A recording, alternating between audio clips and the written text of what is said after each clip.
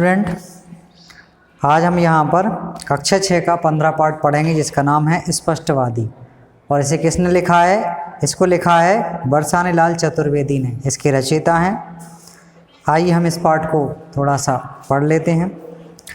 लेखक लिखते हैं कि बचपन से ही उन्हें यह सिखाया गया था कि यदि सच बोलना चाहिए और सच बोलने के साथ साथ स्पष्ट बोलना चाहिए, क्योंकि स्पष्ट बोलने वाला और सच बोलने वाला व्यक्ति कष्ट जरूर सहता है, परंतु एक पुण्य का काम भी होता है सच बोलना। यहाँ पे आगे लेखक लिखते हैं कि बचपन से ही उन्हें यह सिखाया गया था कि सदा सच बोलना चाहिए, स्पष्टवादी होना चाहिए तथा किसी को धोखे में नहीं रखना चाहिए। सच्चाई की सीधी राह सरल लगी। लेखक को क्या होता है, ये राह और उसको सीधी लगती है, सरल लगती है। तो सच्चाई की सीधी राह सरल लगी, उन्होंने स्पष्टवादी बनने की ठान ली। किसने ठान ली? लेखक ने।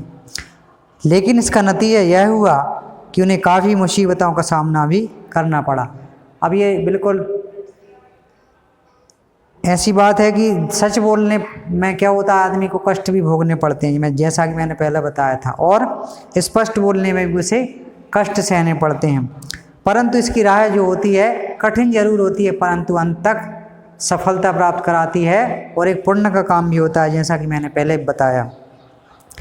लेकिन लेखक ने जब स्पष्ट बोलने की मन में ठान ली तो इसका नतीजा यह हुआ कि उन्हें काफ़ी मुसीबतों और संकटों का सामना करना पड़ा।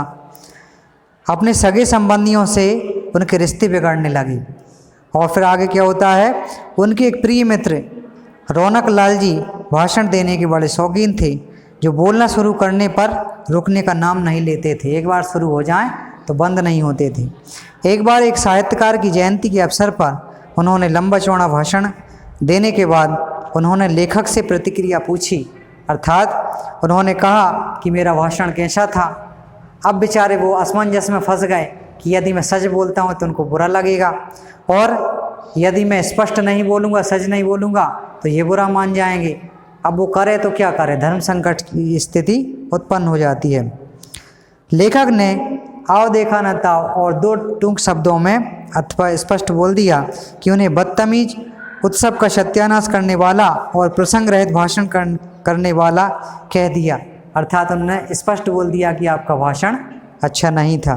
बस फिर क्या था, दोनों के बीच हाथापाई तक की नौबत आ गई। मतलब दोनों लड़ने लगते हैं। उनके रिश्ते इतने बिगड़ जाते हैं कि बेचारे ना चाहते हुए भी उन्हें सत्य बोलना पड़ा और अंत में दोनों की हाथापाई हो जाती है। इसी प्रकार अपने बेसुरे वास का लाला किशोरी लाल के गाने की स्पष्ट शब्दों में बुराई करने के कारण लेखक की नौकरी भी जाते जाते बची मुश्किल से।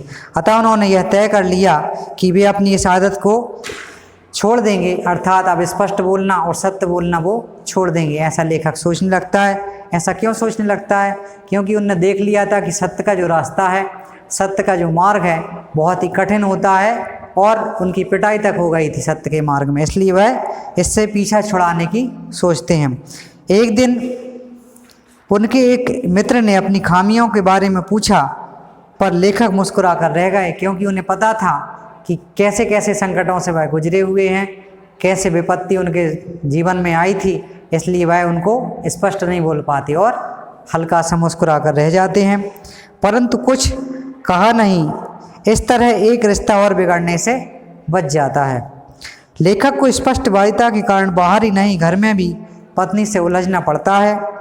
वे समझ गए कि यदि उन्हें अपनी आदत जल्दी नहीं छोड़ी, मतलब स्पष्ट बोलना और सत्य बोलना, यदि उन्हें जल्दी नहीं छोड़ा तो ज़िंदगी उनकी दूभर हो जाएगी, अर्थात उनका जो जीवन है वह संकटों से भर जाएगा। इस स्पष्टवादी होने के चक्कर में वे कटुवादी होते जा रहे थे। अतः उन्होंने सत्य बोलने और प्रिय बोलने का रास्ता चुना और वे सबके प्रिय बन गए। कहने का तात्पर्य ये है कि कितना ही व्यक्ति संकटों से गुजर जाए, परंतु वह सत्य जब नहीं छोड़ता तो उसका अंत बहुत अच्छा होता है। उसे व्यक्ति अच्छा व्यक्ति मानते हैं, प्रसिद्धि मिलती है समाज में। तो यहाँ पर भी अंत में जो लेखक था वह सत्य का रास्ता नहीं छोड़ता है और वह स्पष्टवादी बन ही जाते हैं। तो आज हमारा ये पाठ था जिसका नाम था स्पष्टवादी। हमने पढ़ा कि स्पष्टवादी और सत्यप्रिय व्यक्ति के साथ क्या होता है। धन्यवाद।